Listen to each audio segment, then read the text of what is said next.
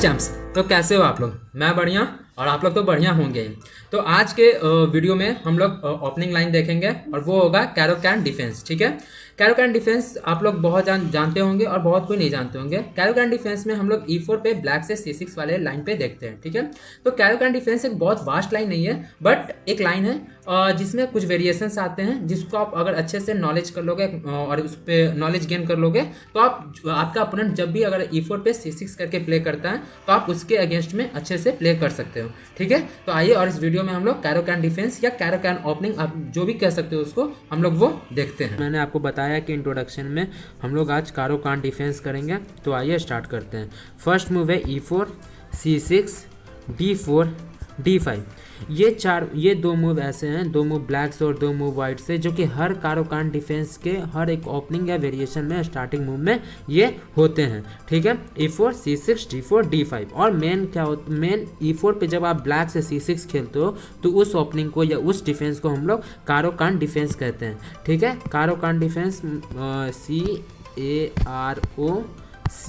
CAROCAN, कैरोकैन defence. Clear है ये चीज़? ठीक है, अब हम लोग यहाँ पे देखेंगे कि वाइट नाइट C3 खेलता है।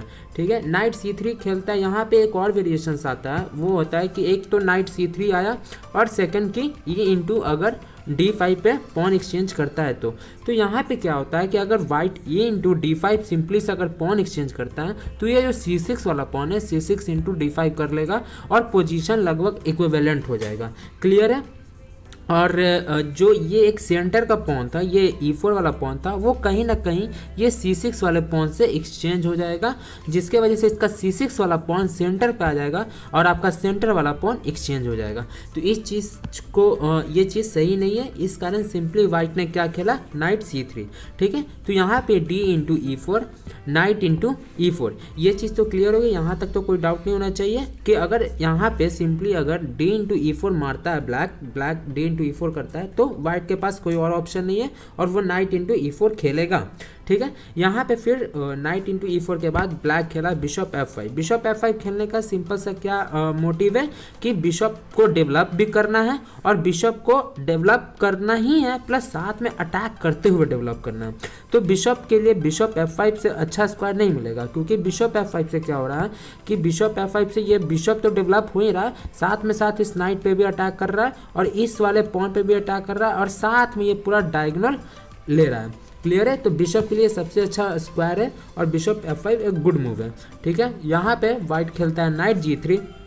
नाइट G3 में क्या हो रहा है, नाइट G3 यहाँ पे आप लोग बोलोगे कि नाइट G3 भी एक ऑप्शन है या फिर नाइट यहाँ C3 भी एक ऑप्शन है। तो नाइट C3 और नाइट G3 में ये डिफरेंस है कि नाइट C3 अगर आप खेलते हो तो मूव का रेपिटेशन होगा। आप नाइट C3 से नाइट E4 आए, नाइट E4 से फिर नाइट C3 आए और आपका इस रेपिटेशन में एक मूव लॉस होगा या एक मूव बर्बाद होगा। तो उस चीज़ से अगर कंपेयर करें नाइट G3 के मूव में, तो नाइट G3 के मूव में आप ये देख रहे हो कि नाइट G3 के मूव में नाइट G3 मूव तो एक प्लेस्ड हो ही रहा है नाइट, और साथ में साथ ये जो बिशप है, ये जो C2 वाले पॉन पे अटैक कर रहा है और ये पूरा डायगोनल लिए हुए है, उस पर कहीं ना कहीं अटैक कर रहा है। तो नाइट C3 के कंपैरिजन में नाइट G3 एक सही मूव है, इस कारण नाइट C3 की जगह पे हम लोग खेले नाइट G3।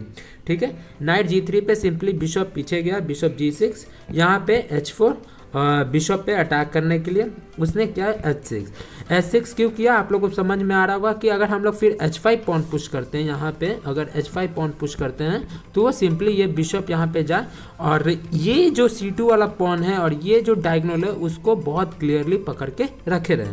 चीज़ें क्लियर हो गई? ठीक है, H4 और H6 का मतलब समझ में आ गया।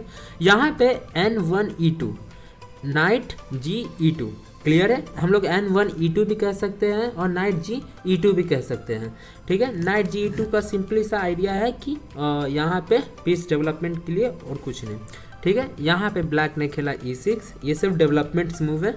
यहाँ पे नाइट F4 सॉरी, हाँ, तो नाइट F4 क्यों खेला गया, ये नाइट F4 क्या हो रहा है, नाइट यहाँ से नाइट F4 खेला गया सिंपली इस बिशप के लिए। मैं क्या बोला, ये बिशप जो है ना बहुत स्ट्रांगली है, क्योंकि ये C2 वाले पॉन पे भी अटैक कर रहा है और ये पूरा डायगोनल लिए हुए है और ये जब ये क्वीन अगर चाहेगा कि क्वीन C2 से मैं खेल सकूं तो ये क्वीन C2 से वाइट वाला क्वीन C2 से नहीं खेलेगा, क्योंकि जब तक ये ब्लैक बिशप रहेगा तो ये पूरा डायगोनली इसके कंट्रोल में रहेगा। तो इस कारण वो वाइट चाह रहा है कि ब्लैक बिशप का जो वाइट कलर स्क्वायर वाला बिशप है उसको एक्सचेंज किया जाए या उसको बोर्ड से साइड किया जाए। इस कारण वो नाइट F4 खेल रहा है, नाइट G3 खेल रहा है, H4 खेल रहा है। समझ में आ रही है ना? तो नाइट F4 पे उसने खेला बिशप H7 है ना, फिर बिशप C4। ठीक है, सिंपली से डेवलप किया पीस को। इसने भी किया नाइट F6। ये सब डेवलप कर रहे हैं, दोनों साइड से पीसेस डेवलपमेंट हो रहे हैं।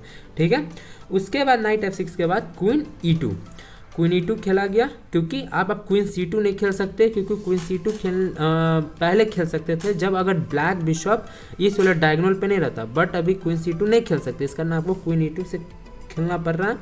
यहाँ पे बिशप D6 का क्या आइडिया है कि इस बिशप से इस वाले नाइट पे अटैक करना। क्लियर है?